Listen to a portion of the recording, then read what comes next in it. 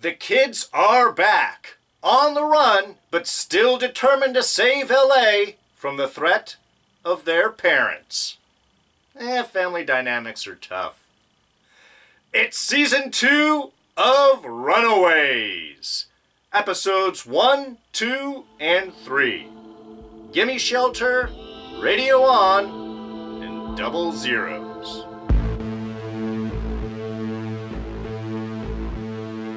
Hey everyone, D here, and welcome to our reviews of Runaways Season 2. Well, the beginning at least. So yes, spoilers are coming up. So yes, alright, I will start things off with the obvious.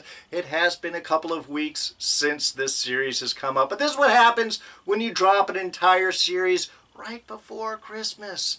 It's hard to get into it. There's family obligations. I also have work, various other things, and small little projects going on. If you don't watch my gifted reviews where I did my brief little introduction, new studio space in the works right now. It will look much fancier and cooler as things go on, but that's taken up a lot of time starting this sort of project out. So new space to shoot, new series to dive into, and yeah, it's been a few weeks, but we are jumping into stuff. And like sort of I had mentioned before, because of the whole season dropping at once, it's a lot easier to do just kind of a larger chunk reviews. I want to try and break these down to at least a few episodes each so we're not being overwhelmed. The reviews don't run too long. But yeah, when everything comes in, you binge watch. It's really hard to sort of just dwell on one individual episode. It's why I typically don't like to do binge shows specifically for this reason. It's just it's so much to do in such a short period of time. But I'm gonna try and tackle this off. I mean, season 1 was great. Really have been enjoying season 2, so I'm very excited to get a chance to stop and have a little chat about all of this. So yes, let's start things off from the beginning, which is Kids on the Run. Great sort of opening sequence. In a way, the sort of double reveal we had, both with the parents thinking that the kids have been recovered within 24 hours, and of course, the kids on the run after our mysterious bike thief, or thief on a bike, I suppose. And this is really actually I thought was a great way to open up the series, because it really gives us a wonderful tone for what the show is going for moving forwards. We do have the kind of comical aspect, a little bit of lightheartedness, the kind of very kid-oriented problems and ideals, that sort of lighthearted approach to the superheroism, as well as dealing with a lot of very heavy stuff with murders and deaths and things like that. So I think they did a great job of with these opening sequences. I mean, yes, I was amazed when they're like, wow, is this going to be like half flashbacks? They've caught the kids in 24 hours. It's the way they're opening up the show. And we get that great reveal of the lookalikes. Yeah, they split up, I guess, in order to not be caught. And really, I mean, this was just sort of a perfect comic moment. I mean, both comedy and comic book is just having this group of round-up kids that look just sort of like our heroes, but not exactly it. Which, I mean, yes, on the surface of it, the police should have pictures. They should know that these are not them. But that wasn't the point. It was just, again, it's setting that tone. And then following it up with, the kids on the run, and they're actually chasing this thief on a bike who's got the fistigons, and the kids are all trying to catch up with him. I mean, it was, again, great. No, I don't buy necessarily about the theft. Certainly once the kid turns around and bikes right at him, the kids are going to sort of dive out of the way and not be able to grab him. I mean, again, I don't believe in the root reality of that circumstance, but it is the perfect sort of kid adventure. You got a guy on a bike and he runs off and you're chasing him down and he gets away from your stuff, and it puts the kids obviously kind of in a tough position of not having money, not having the fistigons, on the run, sucking at being runaways, as Nico says. So it's a great way of just setting up this tone that we're going to be a little comical, a little kid-centric, but we're going to deal with some heavy issues as well, which certainly they don't veer across, especially from the whole Graciela situation, which again gives us that hard loss in the midst of these kind of more comical, comic-like situations. So setting up the tone, I think they did a really good job right off the bat of getting that perfectly done. Now, one thing I did appreciate from our little group of Runaways is how aware they are of the world and technology, specifically the whole camera situation. You know, that's part of the thing that stops them from chasing the guy on the bike, and as they go in for the homeless shelter, it's another thing that they're aware of. I mean, this is a world where cameras are everywhere. So I appreciate the fact that this is something that's readily on the minds of our group, of our heroes. That they really need to, they're on they need to be aware of their environment, which of course is great because not only are the police after them, but Pride has their brand new command center, which was awesome to see. In fact, something we're starting to see a little bit more of is sort of these secret spots of Pride. We got the command center here, and then later on we see the jewelry and weapons vault of the Wilders. A few other little bits we're starting to see. We see Jonah's kind of like secret lab where he's got Victor in suspended something animation moment, just floating right there, getting healed and tapped into. So yeah, so it's great. We're seeing a little bit more. They've definitely upping the budget. Carolina's effects look so much better than they did last season. Before it was very much green screen and they put some colors and flashy lights, and here there's a lot more to it. We get a little bit of trail from her movement when she's flying around. It looks more attached. It doesn't look like again a picture green screened on top of her, but looks like something that's actually coming from her skin. So they've really upped a lot of the budget that they have here, which I think was a smart thing to do. And we're getting a nice kind of more fleshed out relationship between the kids and the parents worked on in these opening few episodes also. One thing that we are definitely seeing is a more murderous realm on the side of Pride. Before it was just the sacrifices and we had a few threats and discussions. Here, I mean, episode 1, when we have Tina taking out Graciela. I mean, first we have the kind of comic approach with the Yorks trying to get the information from Graciela, who's definitely been way too straightforward and threatening on the news with what she knows. But the Yorks playing it very much for comedy. The whole, yeah, we got the memory wipe thing and the stabby and who's going to do this. And then when Graciela pops around with a little shotgun pistols, Graciela's a Bond villain. I mean, again, very comical. And then Tina comes in and is just choke and down.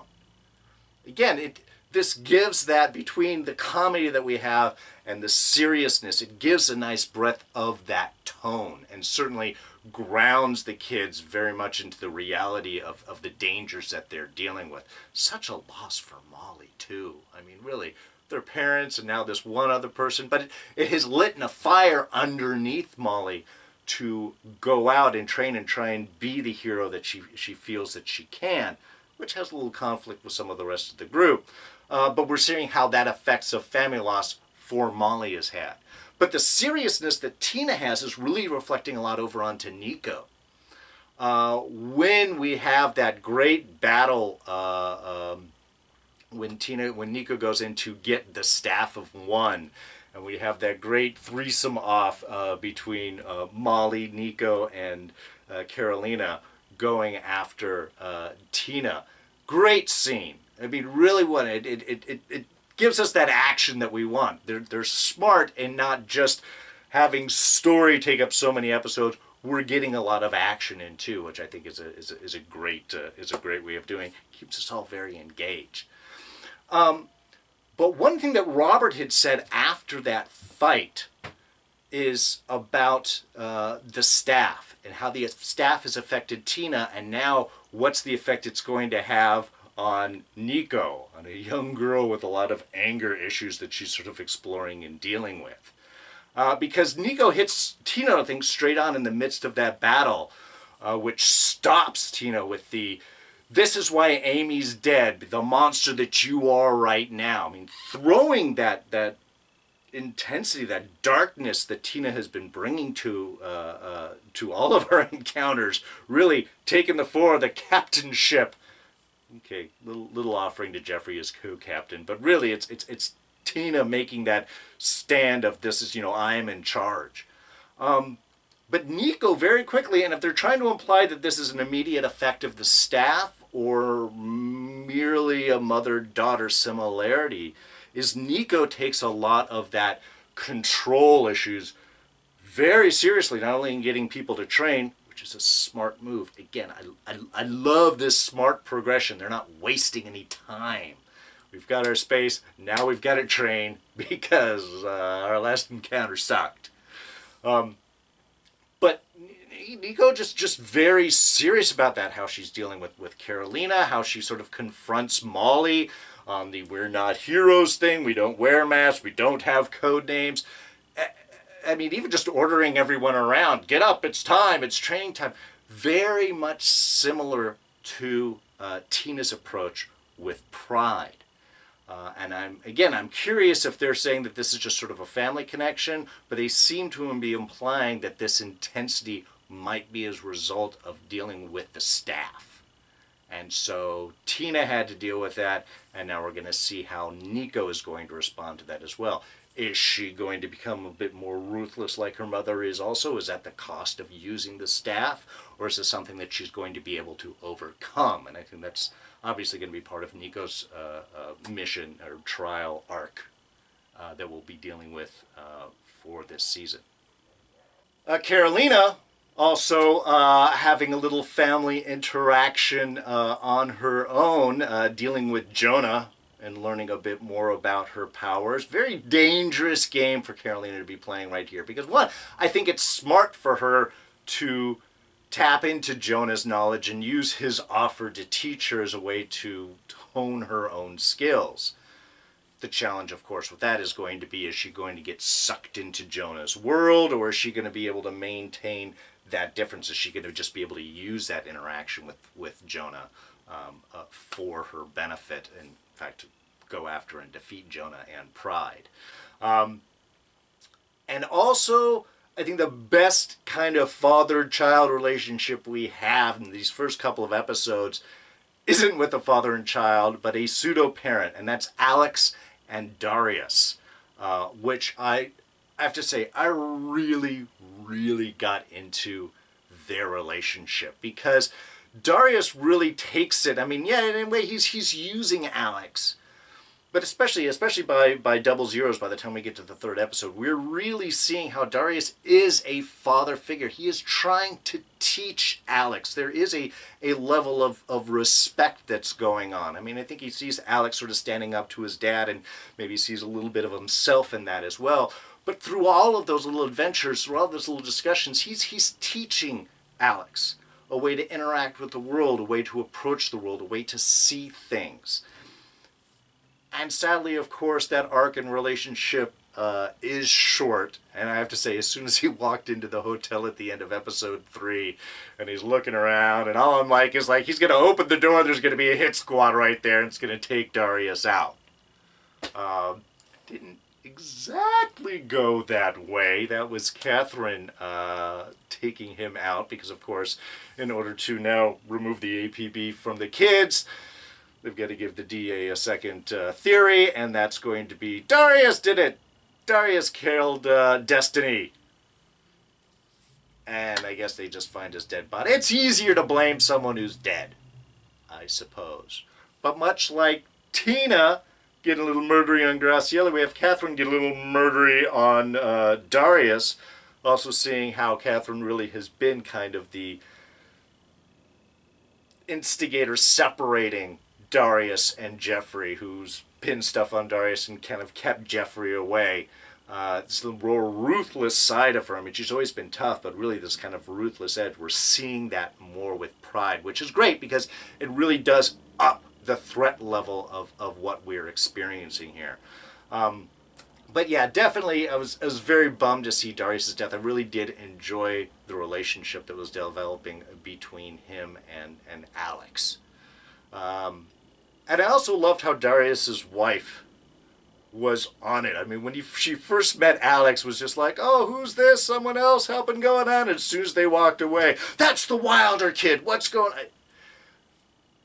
It's a great character to have someone who plays like they don't know anything when they're really a tough person, when they really know what's going on. And as Darius's girl, she definitely had the position of she's the one in charge. Darius plays being in charge, but his wife is the one that's really in charge. And then, of course, we also, through that, get to meet Livy, who's going to be our new sort of relationship connection with Alex. We'll see how long that goes. I think that's something that's going to last for a little while.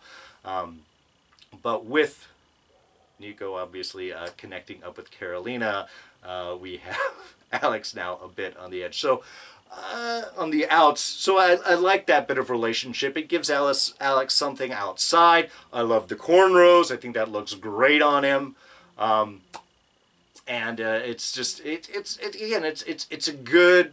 I like those direction. It shows that there's this world outside that he can kind of connect to. And again, because Darius has given Alex that sort of connection to his father's old life, it's sort of a passing on of things right there, which, you know, again, really, really well done.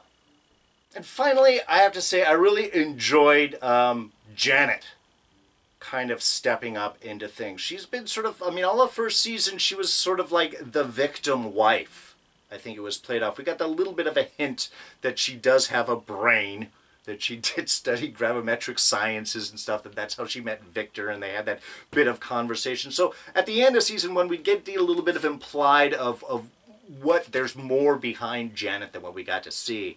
But here she's really stepping up. I mean, when Victor is talking to Jonah and says, the only way I'm going to be able to get this casket thing, I need my wife, I was kind of excited that he'd be pulling Janet in to help sort of figure these things out. Then it moves more towards I just need Janet to get my notes and pass those on. And Janet's not having any of that. She is really stepping up and stepping forward and grasping her power in here. I mean, first off, as she's talking to Jeffrey about getting the book, which was also super cool, little 3D holographic computer device for Jonah there. That was awesome to see. And then finally when Jonah is kind of like, I need your help, and Janet's like, no, you need me, not just my help. I'm going to do this. And in fact, if I'm going to do it, I'm going to do this alone, not with you around. I've been married to him so long. I know how to deal with his personality. I really appreciated her kind of like taking that strength and stepping up for it, because I think she makes her a very unexpected enemy for Jonah. I don't think Jonah sees the depth of the threat that Janet can possess right here.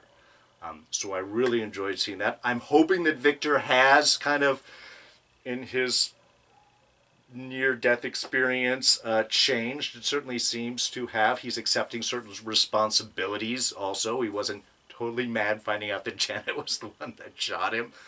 But it does make sense. He accepts the fact that he had stepped too far, that he endangered Chase. So I'm hoping we're seeing these elements of at least some of the parents maybe becoming a little more good, a little more compassionate, a little more understanding. I mean, it could be just within them, and the way they deal with the rest of the world, you know, is the way that Pride operates. But that we are having these little dynamic changes and shifts, it's keeping things interesting. Again, villains that are just villains are not interesting. They really aren't. I mean, they can monologue and can do their things, they can have their threats. I mean, Jonah, in a sense, fine. But even Jonah's connecting with his daughter a little bit. It gives him a bit of a compassion. The Wilders are concerned about their kid. The Yorks is funny. I love seeing them. Robert, he's got a concern for his daughter and his wife. His wife was willing to step back, give Nico the staff, which kind of surprised me, I have to say. Not really sure what her motivation is right there, unless it's just to come back and do like she did at the end of last season when she can just loop and pull it away from Nico's hand. But I'm not sure of that. I mean, what was the line that she had said to Robert? Is I didn't think she'd take that offer. That take the staff, but when we meet again, then we will be enemies. Which Robert just like, yeah, what did you expect? Giving her that ultimatum, but to the shock of, I didn't think that she'd take it. The dynamics they were really working with these relationships, really it's keeping things interesting and keeping us, I think, guessing as to how far the parents will go against their kids and how much they'll side with Jonah. Or obviously the whole plan and everyone is agreeing is going against Jonah. So are they not that evil? They're only partly evil. There are certainly elements of them more than willing to kill, which really separates them from their kids. But this dynamic change, these shifts, everything is a lot more gray, very little black and white, is a brilliant approach. All right, just a couple of small things. One, the new hideout. Love that. Awesome. Super cool. And there's actually, as odd as that place is, there are a lot of hidden gems in LA of things that have been developed and then cast aside. There are a lot of kind of hidden properties, not quite like that, but similar hidden spaces in and around LA, which I think is a great way to sort of base this off. This, again, is not like a small hidden space. This looks like a mansion that was built underground. Much bigger than I think you would actually find of any of these little hidden gems in LA. But still, it has some basis. It's a great space. Definitely very cool. So I love that the kids kind of have a hidden area now from which they can operate on. Obviously, it has some resources. There's a Rolls in there, so whoever built this definitely had some cash. And I love the interaction we have between Chase and Gert as they're sort of filling in and figuring out their relationship in there. They're doing a lot of very sensitive man approaches here. Chase, very understanding in his approach towards Gert, wanting to, take things at the pace that she is comfortable with, wants to be there. It's very, again, a very emotional, understanding approach towards relationships. And then even when we had Alex with Livy and they're kind of having their moment, and he's like, I'd like to kiss you. People don't usually ask that. And is this okay? Is there, getting closer and closer? And she's like, that's kind of making things awkward. In some ways, it's kind of interesting because we're trying to have the sensitive, understanding male asking permission, not wanting to step too far. But in a way, the response of, yeah, the idea of that is great, but the actuality of it is often kind of interrupts the mood. So I kind of loved how they were sort of playing with that idea, kind of in both sense. We have guys that are trying to be understanding of the women that they are connected with, not always coming across the way that they meant to. So, again, cool, interesting little interaction, social issues. I love Molly taking it on herself to step out and be the hero. Seems like she's pushing Gert away, but she's just trying to take time so she can go out and train herself. I mean, again, the training, very quickly they're jumping into this, which I really enjoyed. And, of course, through that, we get our little hint towards our new guy, Topher. Because the beginning of episode 3, when Molly goes out and does that little encounter, we have the girl respond to, her eyes glow like his, or her eyes look like his. And then, of course, by the end of the episode, we meet Topher, this guy that was just sort of watching and followed them back to their little hideout. So I believe that that's who she's referring to, that we're going to have a new power, a new person kind of dealing in with the group. Is that going to be a great interaction? Is this going to be something that's going to complicate things? Does Molly get someone to connect with? Everybody else seems to have one. Maybe Topher is Molly's little personal relationship connection that we get to see. Again, things we'll find out as the season goes on. Oh, and leadership. while Nico seemed to have been grabbing the sort of leadership mantle, by the end of episode 3, when they're acknowledging that is Alex's role, I appreciate that. They're the one they're always asking for about ideas and plans. And while initially that sort of played off, I guess, well, if you can't come up with something, all of your ideas are idiots. I guess I will come up with something. I mean, they sort of play with that in the beginning. But I did like, after all the training and the losses and everything else, by the time that it is the need to go and rescue Alex, and then Nico is his number one on the phone, and says, not the one. I have to say, I could have sworn that would have been Livy. That was her number when it was popping up and he was being all, gangstery with Darius' stuff. But the fact that that is actually Nico, I love that connection. And the fact that by the end, they were able to sort of reconnect and even acknowledge they may not have the relationship that they were expecting they were going for, but they still have a strong bond and connection, and they can take that forward and share stories about having a girlfriend and things like that. That's great. But just the whole group's idea of accepting that Alex is their leader, and the reason that they are not doing well is because they are missing one of their own. They are not whole. It was just, I thought that was a great summation by the end of the 3rd episode right there, of why they need Alex, and that they all sort of accept it. And it brings the group, it solidifies their connection even more, which is, again, considering what they're going up to, they need as strong a connection as possible. Oh, questions. Why did Graciela destroy the tape?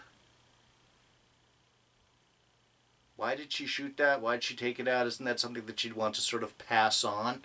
I mean, I get the whole Graciela move here. It's a loss. It's a loss for Molly. It shows the intensity of pride and so on. We got to kind of keep the secret in the small group. She can't be mailing that off. I mean, from a story structural standpoint, I sort of get why that happened. From a reality standpoint, I don't really understand what Graciela's motivation there. That's evidence. I think that would be useful if you wanted to really go after Pride or expose them. Shooting it is dramatic, but not very effective. Oh, other question. The staff of one can't use the same command twice. Ever? Or just in a row? In a row would make a little bit more sense, because after a little while, man, you're really going to have to be digging into the thesaurus to try and remember what it is that you had said and what you don't. And in the middle of a combat situation, you don't want to accidentally use the word you used 3 weeks ago that the staff's not going to listen to. So, I'm hoping that's just like it can't use the same command immediately, but you could repeat over time. That's something we'll have to sort of wait and see, because it's a really interesting limitation for a super powerful staff like that to have. Oh, and was it really a smart idea to scare off the power guys with the dinosaur? I mean, again, kid standpoint, perfect. Scare the guys, but reality standpoint, aren't they going to report that? They were about to. Aren't they going to tell their friends, or animal control, or... I just think that might have been a little more complicated than comical. Oh, and last question. Did not know there was a psychic link between Gert and Lace, Old Lace. Thought that Old Lace just listened to Gert, but no, the whole psychic connection adds a fun extra element onto things as well. And also, I love how we're having Old Lace responding to Gert's difficulty being off of her meds and trying to adjust and change all of that. Gert's not able to hide things when Old Lace is snorting and whining and reacting off behind her. So, again, it adds a great element, and also I think really gets Gert involved much more power-wise in with the rest of the group. Now I think it's just Alex that only has his brains. Good brains, but, you know. Alright, so the apocalypse has begun. The earthquakes have started. Pride has pieced the tape together. They understand what the danger is. The Yorks have exposed that they've got, these are creatures with language. So, I mean, not only do we have a threat from this hidden fault being exposed, but alien creatures moving around. And yes, we can assume that they are alien, considering Janet breaking into Jonah's book there. Great bit of code breaking. I love that Victor was saying you use universal constants. It's all about math. Ends up being the wave equation, which is very cool. frequency and all that stuff, but exposes that giant alien star system, which I guess easy to put clues together. That's probably where Jonah's from, which means that's probably where these creatures are from too. So great reveal on the larger threat that everyone is facing. But the kids, they've bonded together. They've gone through their little struggles. They're armed. They're on the move. They've got a place to go for. And then, of course, we have the parents themselves kind of in the middle at this point, pushing after the kids, but planning to go after Jonah. And, of course, on the kids' aspect, certainly a little lighter than the beginning of the season because they no longer have the police after them for the death of Destiny. Unfortunately, we did lose Darius in order to make that happen, to get him framed for that loss. So we do have, again, conflict, loss. There's trouble going on, and that was a nice kind of moment, I think, between Darius and Jeffrey, seeming to sort of settle things around and ready to move forward. So I think that added an extra level to that loss. But overall, kids got their own command space. They're preparing, they're training, they have the mindset to go after Jonah and try and save the city. So I think we really have a great foundation for the rest of the season to birth off of. It's got a wonderful set of tone. They've added more money into the budget. Everything looks better. So really excited for the rest of the season and where everything is going to go. But that is going to wrap us up for now. Thank you so much for joining me with this review. My plan is to get all these out within the next week or so. I'm just going to try and finish diving into the series, tape these out, get these out. There's a lot of stuff coming up, so I'm very excited. And I'm sure you guys want to be able to look and see what my thoughts are on this season as well. So I will get this out as soon as I can. Thank you so much for your patience. And if you did enjoy this review, please go ahead and hit that like button. Thoughts, ideas, and comments, you know where to put them. Right down in the section below. You can always catch me on Twitter and Instagram. I am at Darren Jakes. Please subscribe if you're not. It's quick, it's easy, one button press. We're doing the rest of this. We've got Gifted finishing up the second half of the season. We're going to have American Gods starting in March, Season 2. We got Game of Thrones in April. There's a few other things I'm looking out for. Not sure when they're going to drop. I will drop a video, though, to let you guys know all about what's coming up in the spring. And you won't miss that if you're a subscriber. Do that by clicking this button right here. And we'll throw up a couple of our latest reviews that you can check out right there. So, that's going to be it for me. I'm D, and I'm out of here. Catch you guys next time. Bye-bye.